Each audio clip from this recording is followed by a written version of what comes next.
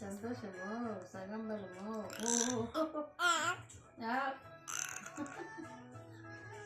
సంతోషం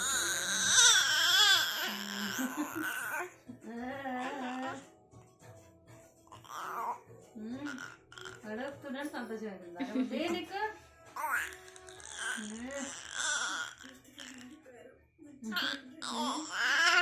ఎడగడు సరే అను సెల్కే చూశాను ఒకసారి తీసుకోకు అనమ్మా నానిగా